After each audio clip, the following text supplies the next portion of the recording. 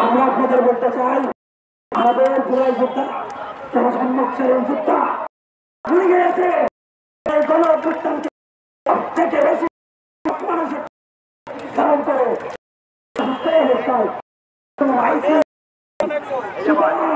আমাদেরকে ধমকি দিয়ে এখান থেকে বেরোনো যাবে না।